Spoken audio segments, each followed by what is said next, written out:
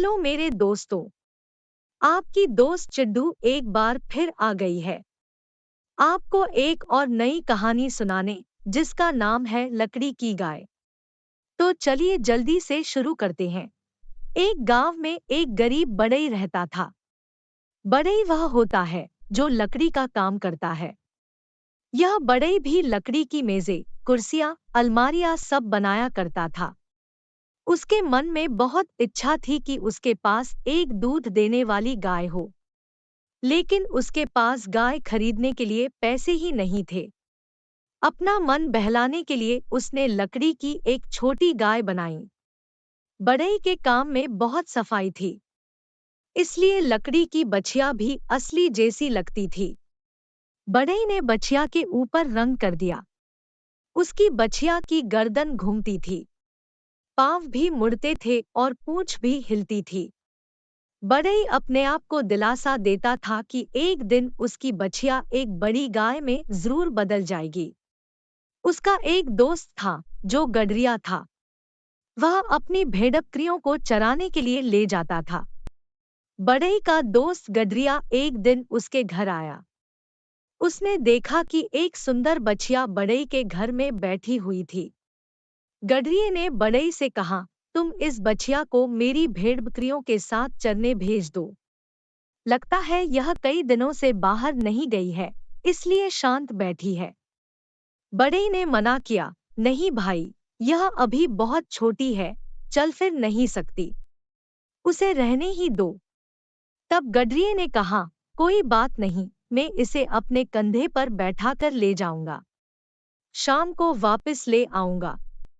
गडरिये की जिद के आगे बढ़ई कुछ नहीं कह पाया। आखिर में बढ़ई ने बछिया गडरिये के कंधे पर रख दी। गडरिये को लगा कि बछिया काफी भारी है। वह बोला, इसके वजन से लगता है कि ये जल्दी ही एक बड़ी गाय जितनी बड़ी हो जाएगी। बढ़ई चुप रहा और सोचता रहा, काश ऐसा हो सकता। चरागाह तक पहुंचते पहुंचते गडरिया काफी थक गया था। बछिया काफी भारी थी। अपनी बाकी भेड़बकरियों को भी उसने घास चरने के लिए छोड़ दिया। शाम को जब गडरिये ने आवाज लगाई तो उसकी आवाज पहचानकर सारी भेड़ें और बकरियां उसके पास आ गई। लेकिन बछिया नहीं आई। गडरिये ने एक बार फिर आवाज लगाई। बछिया फिर भी नहीं आई।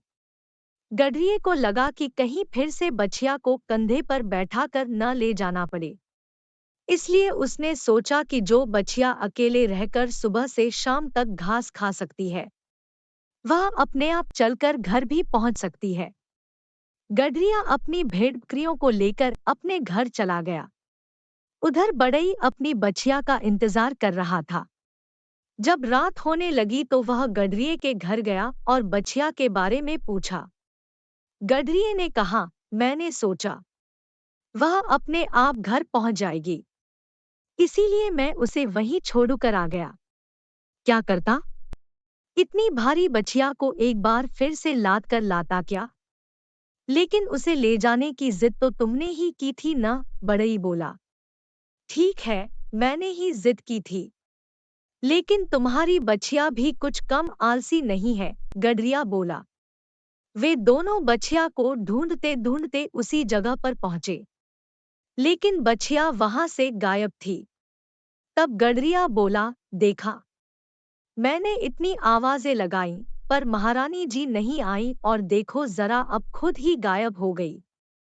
बढ़ई की बछिया खो गई थी। उसने राजा से न्याय मांगा। राजा ने दोनों की बातें ध्यान से सुनी। फिर बोले, गडरिये को बछिया को वहां पर छोड़कर नहीं आना चाहिए था। वही बछिया को अपने साथ ले गया था, इसलिए यह उसी की जिम्मेदारी थी कि वह बछिया को उसके मालिक तक पहुंचाए। हमारा आदेश है कि गडरिया उस बछिया के बदले में दूसरी बछिया लाकर बढ़ई को दे। राजा की आज्ञा के अनुसार ऐसा ही हुआ। कुछ दिनों के बाद यह नई बछिया एक गाय जितनी बड़ी हो गई, दूध देने वाली एक बढ़िया गाय जितनी। और इस तरह बढ़ी की काठ की बछिया सचमुच एक गाय में बदल गई। तो दोस्तों, देखा आपने किस तरह विश्वास कैसे कैसे चमत्कार कर सकता है। इसलिए हम लोगों को कभी भी अपने आप पर और ईश्वर पर विश्वास नहीं छोड़ना चाहिए।